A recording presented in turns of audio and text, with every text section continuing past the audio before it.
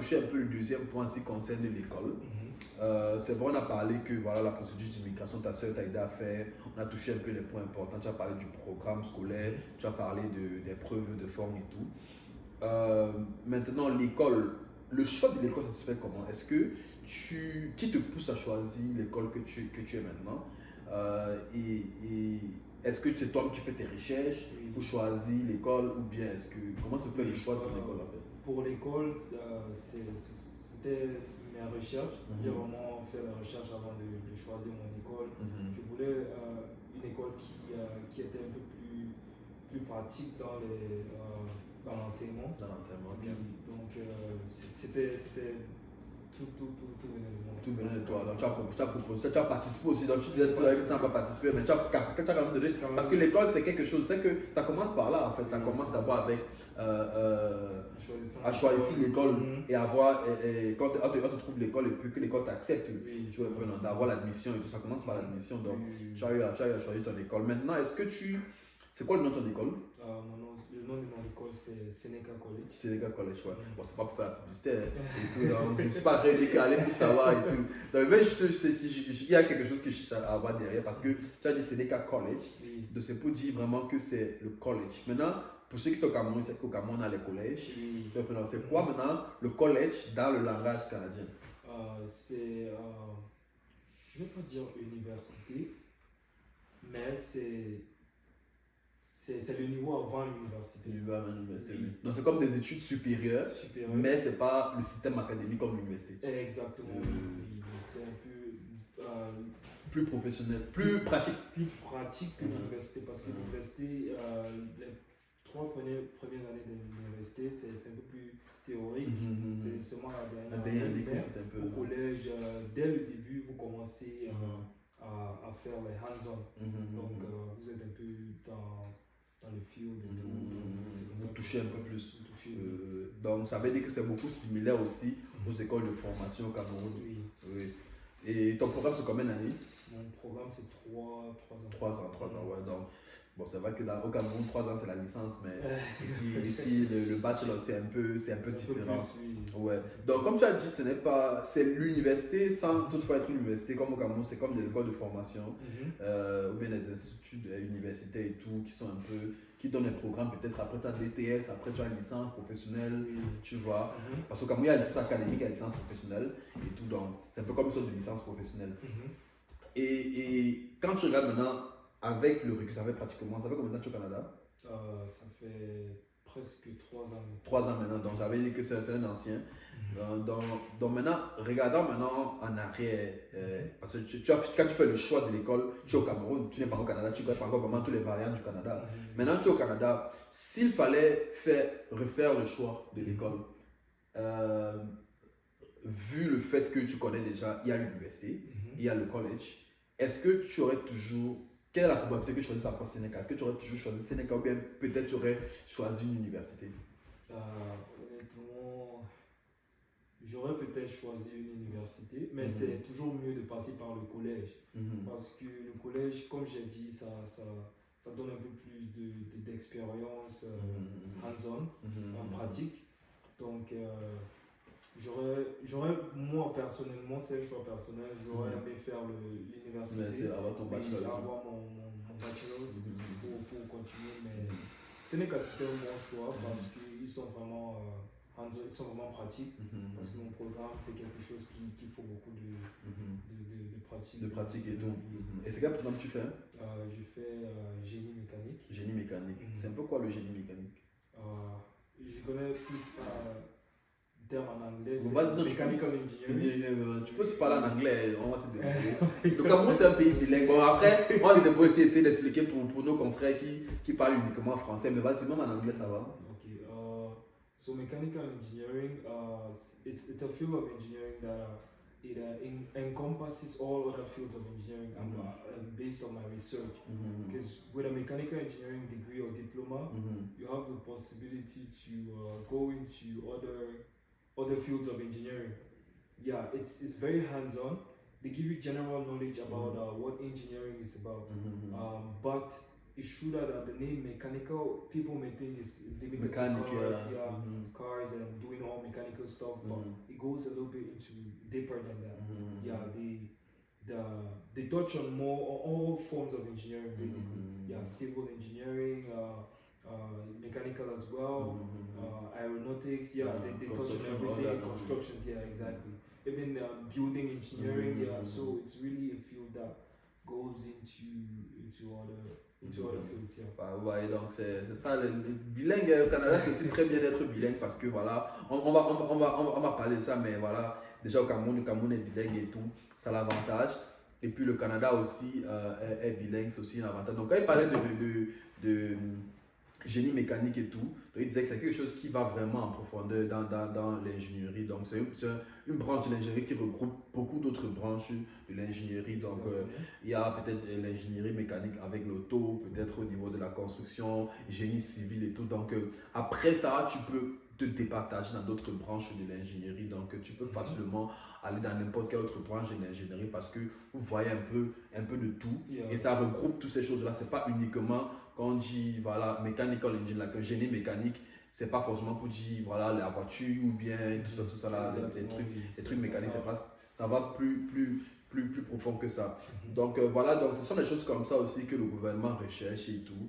Et puis tu disais que voilà, tu aurais peut-être pu passer par l'université. Donc je pense que voilà, après derrière c'est un choix. Tu as dit que tu aurais voulu plus faire tes 4 ans à l'université parce que tu as fait 3 ans. 4 ans c'est juste une année en plus. Donc c'est pas trop différent. Donc tu aurais plutôt voulu aller. Et puis tu as dit que bon voilà, le collège aussi bien en ce qui concerne la formation professionnelle, mais l'université aussi peut-être le diplôme. Le diplôme, oui, de ça fois pèse plus. Oui.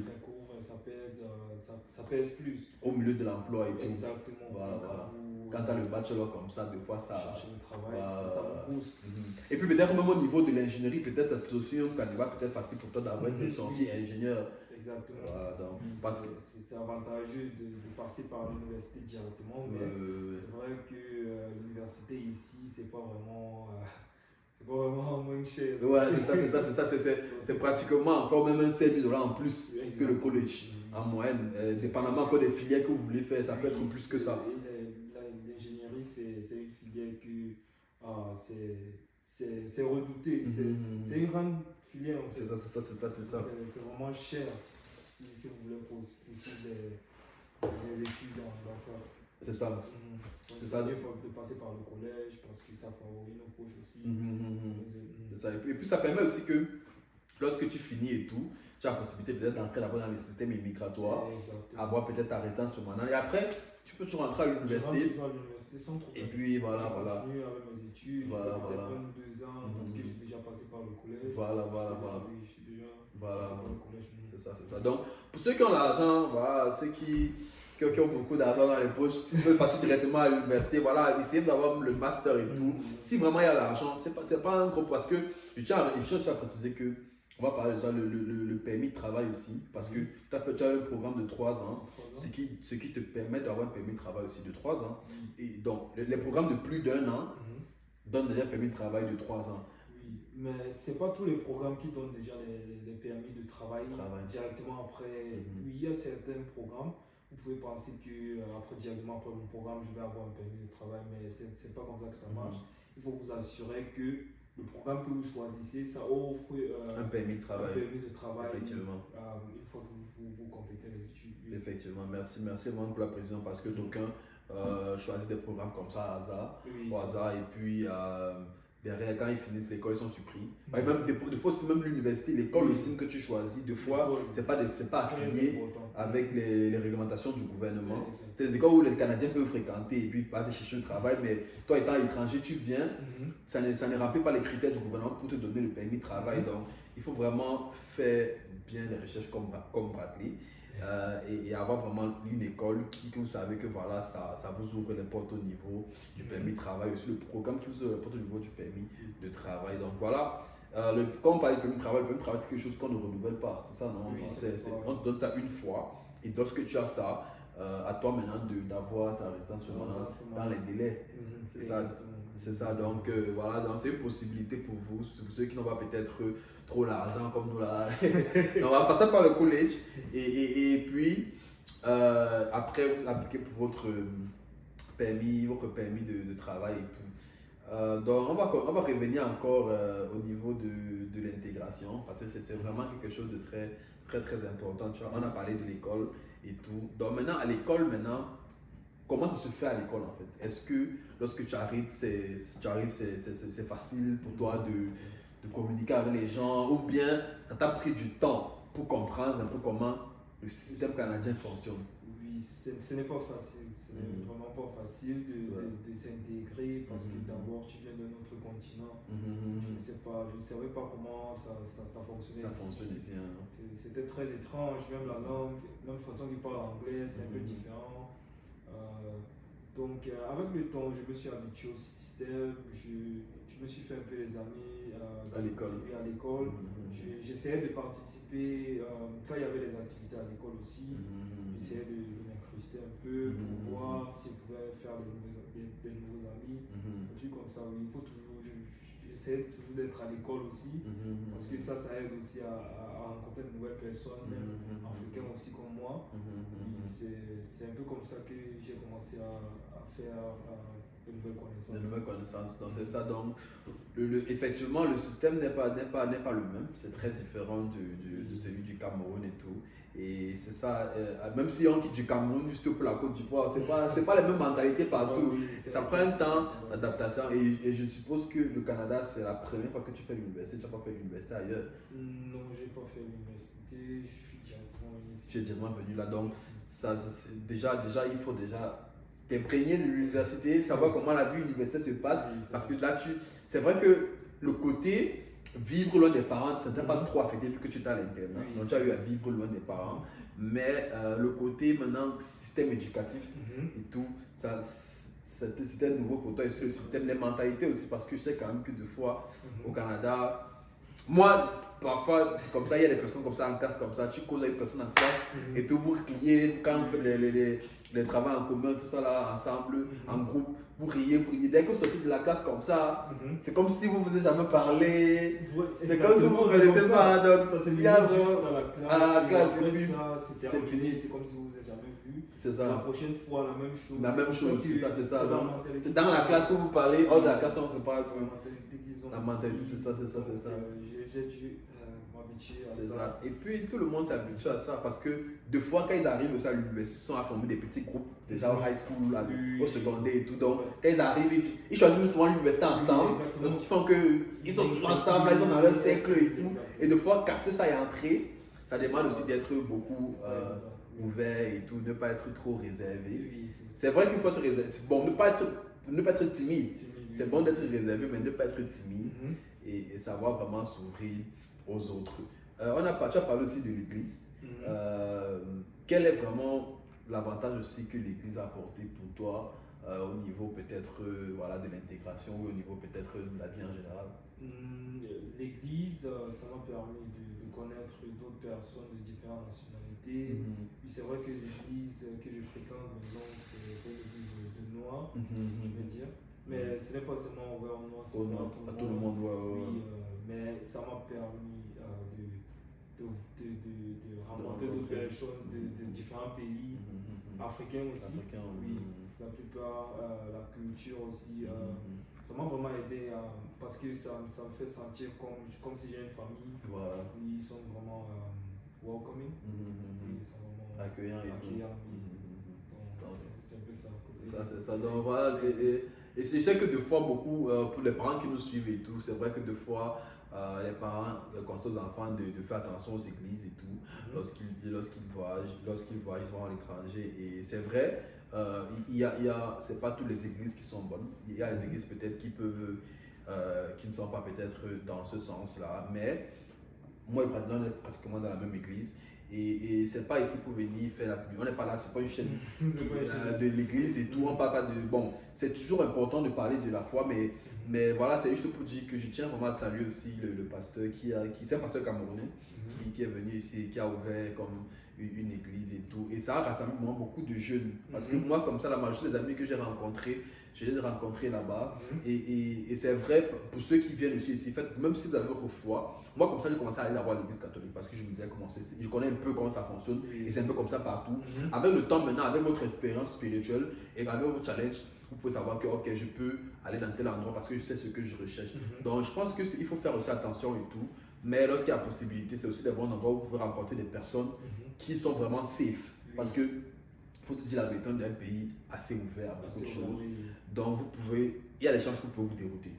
N'est-ce pas? Or, lorsque vous êtes à l'église, vous savez qu'il y a des gens qui sont moralement corrects et qu'ils ont des choses qu'ils auront peur de faire parce que Dieu a la crainte de Dieu et tout. Donc, ça fait derrière que voilà, votre entourage vous éloigne de certaines choses.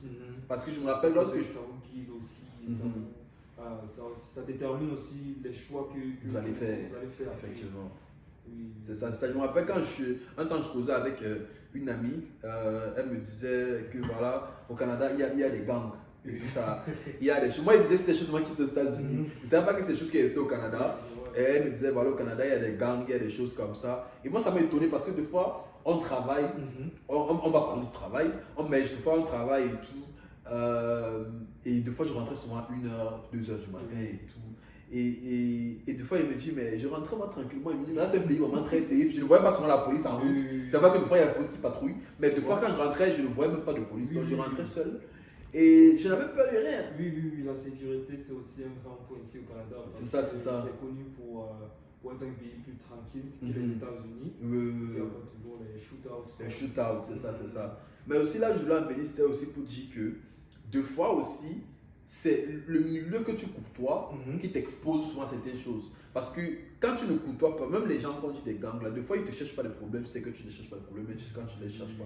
Donc, vu que tu es dans un environnement peut-être safe, tu vois, des fois je vais te dire que c'est des choses qui n'existent pas, juste parce que tu es dans un environnement safe, tu vois. Or, mais lorsque tu te retrouves avec des mauvaises personnes et tout, tu peux faire face à des choses comme ça. Et puis on se retrouve que voilà, demain tu as eu un accident, tu as eu ceci, c'est la cause peut-être du milieu dans lequel tu te trouvais. Donc Bradley, on a parlé de ça, on a parlé de l'école, on a parlé de l'église, mais on sait quand même qu'au Canada, le coût de vie, c'est pas moins cher. On sait que la vie est assez chère ici. Vraiment cher. Et parlez-nous un peu de la vie d'un étudiant au Canada. Ça veut dire que en général, les étudiants, c'est vrai, il y a l'école, c'est qu'il y a le travail, n'est-ce pas? Donc, comment d'abord, bon, on va toucher un peu le travail. Au niveau du travail, comment ça s'est fait pour toi? Pour pouvoir, n'est-ce pas? C'est vrai que papa, maman peuvent payer, mais après, à un moment donné, tu vas être aussi indépendant. Tu vas quand même être capable de payer des choses toi-même sans demander. Bon, moi, je vais payer ceci, on va te poser des questions, mais je vais payer ça pourquoi? Parce que l'argent sera calculé. Tu vois, donc maintenant, au niveau du travail, comment s'est passé tes débuts dans le monde du travail en tant qu'étudiant? Je suppose que tu sors du Cameroun, tu n'as pas eu à beaucoup de travail au Cameroun. Donc, parle-nous un peu de ça. Niveau travail ici au Canada, c'est très difficile pour un étudiant international. Oui, parce que la majorité des jobs, ils cherchent les gens qui vont faire le travail à temps plein. Oui, ils ne cherchent pas les gens qui vont seulement venir faire quelques heures et partir. Oui. Et ça, ce n'est pas en faveur des étudiants internationaux parce que nous sommes très limités à cause de nos études. Les oreilles et tout. De nos oreilles, oui. Donc, on doit donc trouver d'abord un travail qui te permet de travailler en temps partiel. C'est vraiment difficile. Et flexible aussi. Et flexible, oui. Ça, c'est aussi important. Donc, c'était vraiment difficile pour moi quand je suis arrivé. Peut-être fait, je sais pas, 6 mois sans travail. Et ben, je cherchais vraiment, j'ai même construit un résumé. Oui, c'est vrai, c'est pas vraiment facile, mais avec l'aide des amis que je me suis fait, il y avait possibilité de networking. Oui, networking. Ils ont parlé à leur manager pour moi. C'est vraiment un aspect très, très important. Très important, quand tu cherches le travail en tant qu'étudiant international. Parce que souvent, tu viens ici, tu vois les gens qui ont déjà de travail en temps partiel. Temps partiel, Et ils peuvent facilement te référer, te connecter et tout ça là. Exactement, c'est en fait ça. Le truc avec le travail et tout. C'est vraiment important de comprendre aussi que l'importance aussi du réseautage. Parce que des fois, on se dit au Cameroun que non, c'est le réseau. Ici aussi, il y a la possibilité d'avoir le réseautage. C'est pas peut-être comme au Cameroun que peut-être c'est dans l'arnaque et tout, mais c'est beaucoup plus dans le sens où, ok, je connais peut-être la crédibilité. Ton ami travaille déjà là-bas, le manager le fait, lui donne le crédit. Ok, si toi tu travailles bien, ça veut dire que ton ami peut aussi travailler bien. Ouais. Donc, et aussi dans la langue. Disons par exemple, tu es bilingue et tu dis à ton manager que ok, j'ai quelqu'un qui est bilingue et peut venir travailler ici. Tu as bien la crédibilité là parce que toi aussi tu es bilingue et tu travailles bien. Oui, on a vu que tu es quand même quelqu'un de fiable. C'est ça. Effectivement, donc c'est une bonne chose parce que pour ceux qui viennent aussi, il y avait des opportunités de travailler, tu vois. Par exemple, c'est ça, en tant qu'étudiant, jusqu'à récemment, comme on dit dans l'autre vidéo, le gouvernement a prolongé jusqu'en avril 2024 la possibilité de travailler 40 heures par semaine. Donc voilà aussi ça. Maintenant, après, c'est pas évident aussi, n'est-ce pas, à travailler, à mélanger avec l'école et le travail. Toi, qu'est-ce que tu penses en ce qui concerne les 40 heures? Est-ce que tu penses que c'est faisable, mais est-ce que c'est pas toujours évident parce qu'après, peut-être l'école peut aussi prendre un coup? Oui, moi personnellement, je connais beaucoup de personnes qui font les 40 heures et qui essayent de jumeler avec l'école.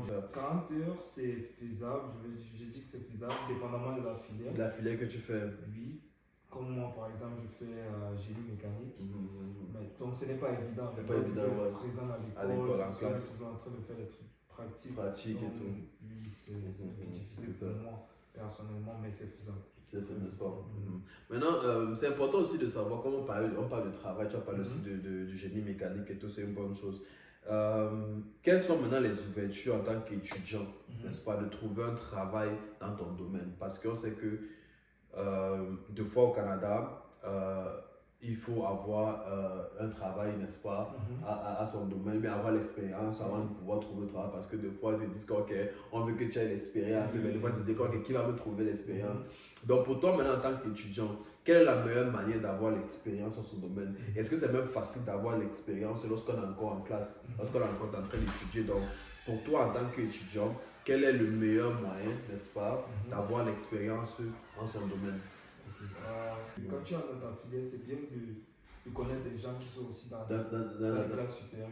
Parce qu'eux, ils ont déjà l'expérience, ils ont déjà fait le stage et tout. Donc, ils peuvent te guider, te connecter. Exactement. Ils peuvent aussi t'introduire à leur réseau pour que toi aussi, tu cherches, tu trouves quelque chose dans la même filière. C'est ça. Donc, ouais, donc comme dans ce un peu, ça veut dire que toi, tu recommandes en fait aux gens de passer par, d'avoir des programmes, si possible, d'avoir un programme coop qui va te permettre, parce que non seulement l'école aussi aide avec le travail, peut-être ou avec des plateformes où tu peux aller là-bas chercher le travail, et peut-être ça peut être un peu plus simple d'appliquer au travers de l'école que d'appliquer de toi-même. Et aussi d'avoir peut-être des aînés académiques qui peut-être qui ont déjà eu l'expérience et qui vont. Maintenant, bon, je crois qu'on arrive presque peut-être au terme de la vidéo. On a parlé un peu, on a survolé un peu les cours, un peu le programme et tout. Et bon, maintenant, c'est que, comme on est vers la fin, je vais dire peut-être que, quelles sont des choses que peut-être tu as fait, que tu as commencé à faire lorsque tu étais au Canada? Je vais dire peut-être, de fois on parle peut-être de culture shock, peut-être des choses que peut-être tu fais dans ton pays, que peut-être si tu ne fais plus les choses que tu fais ici, que tu fais pas dans ton pays. Donc, quelles sont les habitudes que tu as eu à changer? N'est-ce pas? Si peut-être que tu as changé de certaines habitudes. Tu m'as dit quand même que tu fréquentais déjà l'internat, ça veut dire que tu n'as pas eu beaucoup de problèmes à vivre seul, tu vois. Maintenant, quelles sont les habitudes que peut-être à l'arrivée au Canada, tu as changé, ou bien les nouvelles choses que tu as commencé à faire ici, que forcément tu ne faisais pas ça dans ton pays d'origine? Bon, on va commencer par le travail. Parce que quand on était au pays, c'est pas vraiment évident de trouver le travail en temps normal, même en tant qu'étudiant, c'est le pire. Tu ne peux pas vraiment trouver quelque chose que tu vas faire pour te donner un peu de sous. Donc c'est pas évident. Oui, Oui, c'est l'une des choses que j'ai commencé à faire ici. Même si c'est pas facile, c'est difficile, mais je le fais avec l'idée de toujours travailler parce que c'était très important. Et seulement travailler, ça te donne l'expérience et ça te donne d'autres ouvertures. Parce que là, maintenant, je travaille dans quelque chose qui n'est pas dans ma Forcément relié à ta filière. Relié à ma filière. Oui, parce que je suis toujours à l'école et je devais trouver quelque chose. Oui. Maintenant, je ne veux pas dire qu'il y a des choses que j'ai vraiment oubliées. Ou bien que tu as laissé tomber. J'ai laissé tomber. Donc, la majorité des choses, tu as continué à faire, mais il y a seulement des choses que tu as ajoutées. Oui, il y a plus de choses que j'ai ajoutées. Que tu as ajoutées. J'ai ajouté. Certaines ne m'arrivent pas, ne viennent pas en tête direct, Mais il n'y a pas vraiment de grands changements, c'est juste l'environnement, les saisons, les saisons, ça aussi. L'hiver et tout, se préparer à l'hiver et tout, peut-être changer l'habit, avoir différents types d'habits. Au pays, on a presque le même climat, même quand il pleut, c'est le même habit, c'est juste que tu savais le parapluie. Donc on a le même climat un peu durant toute l'année. Donc ici maintenant, ça va maintenant les habits d'hiver, les habits d'été et tout. Donc c'est un peu ça qui change aussi. Et aussi, bon, peut-être aussi le système bancaire. Ok, ça aussi c'est très important, le système bancaire. Ici c'est un peu plus facile à utiliser, à naviguer. Parce que même dans mon pays d'origine, j'avais un compte bancaire, mais c'était pas vraiment facile à utiliser. Oui, tu devais toujours partir à la banque si tu veux faire un retrait ou un dépôt. Il n'y a pas facilement les cartes et tout. Bon, maintenant il y a des trucs comme des Orange Money qui circulent et tout, et qui facilitent un peu la tâche à genre, mais à l'époque c'était pas comme ça. C'était pas comme ça, oui. Donc ici c'est très développé, je veux dire, que tu peux faire tout avec ton téléphone là maintenant. Tu fais tes paiements en ligne, tu peux même payer. Si tu oublies ta carte de crédit à la maison, tu peux payer avec ton téléphone, des trucs comme ça. Donc il y a aussi ça qui a changé. D'autres choses qui ont changé, c'est le fait de ne plus voir la famille comme avant. Oui, ça c'est aussi quelque chose que. Il manque quand même. Oui, les gens ne s'en rendent pas compte en venant ici. Il y a un syndrome de solitude. Oui, mais à long terme, votre famille vous manque. Vous pensez toujours à eux, les trucs comme ça. Donc, c'est un peu ça. Et maintenant, comment tu vas décrire peut-être. Là, maintenant, on entre un peu plus dans le social, on est plus peut-être dans l'école ou bien dans la procédure peut-être d'immigration. Comment peut-être tu décris l'atmosphère au Canada en ce qui concerne les gens? Je sais quand même que le Canada, peut-être dans la ville de Toronto, c'est un peu plus multiculturel, il y a beaucoup de gens un peu de partout. Mais comment tu vas décrire en fait la population d'ici en fait? Comment les habitudes, les mentalités? Quelles sont les choses que peut-être tu es arrivé, tu te dis, les gens plutôt réfléchissent comme ça, ou bien les choses. Parce que bon, peut-être je suis dans ton pays d'origine, tu as dit tu viens du Cameroun. Donc peut-être au Cameroun, je pense que tout le monde est un peu. Tout le monde sait que tout le monde est Camerounais réfléchit de la même manière. Ici maintenant, quelles sont peut-être les choses que tu as eu à dire, bon, je dois peut-être appréhender ça, en fonction de comment les gens sont ici. Est-ce qu'il y a des choses que peut-être les gens ont fait ici, peut-être qu'ils t'ont dit, ok, c'est un peu différent de mon pays d'origine. En fait, la population en général, en fait, les mentalités. La première chose que j'ai remarqué sur les Canadiens, c'est qu'ils sont vraiment polis. Ils sont vraiment polis. Tu marches en route, tu vois quelqu'un, tu salues aussi la personne. Ils sont vraiment très gentils. Oui. Et l'autre truc qui m'a vraiment marqué avec le Canada, c'est le fait que le Canada, c'est un pays très, très sécurisé. Il n'y a pas de violence comme on le voit en Amérique, peut-être. Oui, il n'y a pas vraiment de violence comme ça. Oui, avec des armes à feu, tout ça, c'est pas vraiment un pays violent. C'est ça. Et puis, vraiment, pour parler du fait de la sécurité, je pense que c'est quelque chose de très important. Je me rappelle quand j'étais à l'école et tout, je travaillais dans le restaurant. Des fois, je rentrais à 1h du matin, 2h du matin. Je marche comme ça dans la rue, je n'ai pas peur, rien. Parce que tu te dis, en fait, c'est pas comme s'il y a la police partout, mais il y a un certain nombre de calme, d'ordre, que tu n'as pas peur en fait de marcher seul la nuit. Parce que je te dis que rien ne va m'arriver. Tu vas vraiment peut-être là-bas au bled et tout. Je dis que mon frère, à partir de 21h là, 22h, tu vois, tu vas commencer à regarder à gauche, à droite quand tu marches, sinon on peut te bloquer dans un couloir et tout, on peut t'agresser et tout. Donc c'est ça vraiment, c'est ça un peu la différence entre ici et au pays. Je pense qu'on a eu beaucoup de bonnes informations pour vous tous qui avez regardé la vidéo jusqu'à présent. Donc voilà, merci pour tout ce qui est resté et tout. La vidéo était assez longue, mais je pense qu'il y a eu beaucoup de bonnes informations. Et bon, je sais que bon, tu es encore à l'école. On pourra pas peut-être rentrer dans le côté peut-être de la résidence permanente parce que bon voilà, tu es encore en train de fréquenter, bientôt tu vas quand même finir. Bon, quels sont maintenant bon, même si on ne parle pas de la résidence permanente, quels sont comment tu te sens étant une personne qui va bientôt finir l'école, comment tu te sens? Est-ce que tu te sens motivé? Est-ce que tu te sens comme si, voilà, tu as toutes tes chances pour avoir ta résidence, pour avoir parce que le permis de travail, ça c'est sûr que tu auras, c'est quelque chose d'automatique. Maintenant, comment est-ce que tu te sens avec ton permis de travail, étant à Toronto, étant en Ontario? Quelles sont tes chances d'avoir la résidence permanente? Est-ce que tu pars avec la peur ou est-ce que tu pars avec l'assurance, disant que, bon, vu ce que j'ai fait, vu mon parcours à l'école, vu mon permis de travail, je suis sûr quand même que j'aurai la résidence permanente?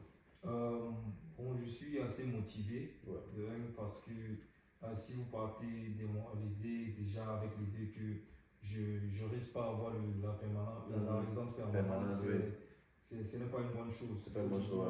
Aller tout droit, peut-être foncer tout droit, vos objectifs en place.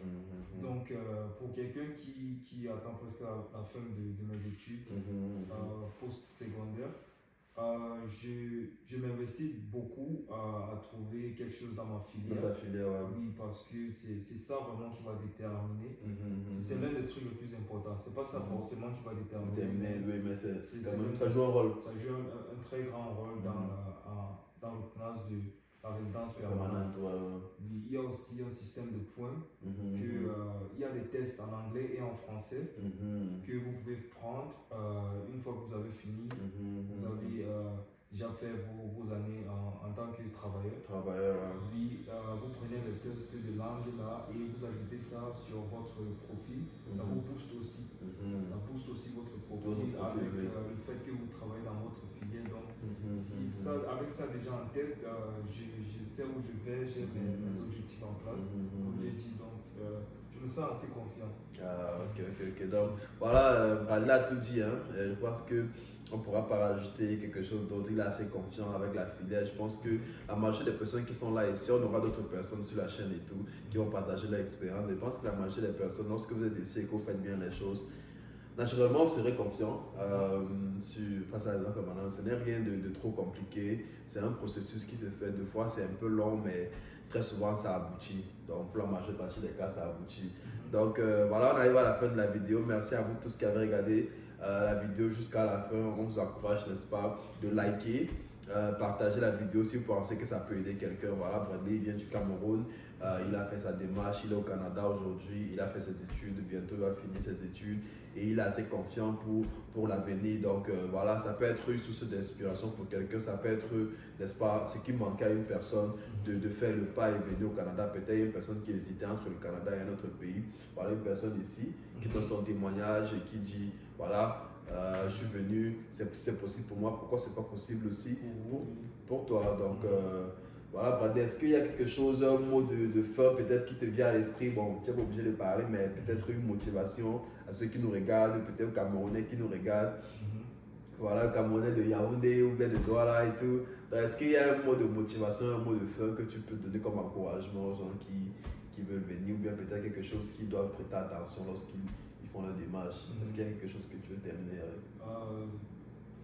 Bon, je vais dire que la communauté ici est assez grande, la communauté africaine, donc venez nombreux au Canada, commencez vos démarches, parce que vous n'allez pas venir ici rester seul. Il y a assez de gens ici qui viennent du même pays que vous, que ce soit le Congo, la Côte d'Ivoire, le Cameroun.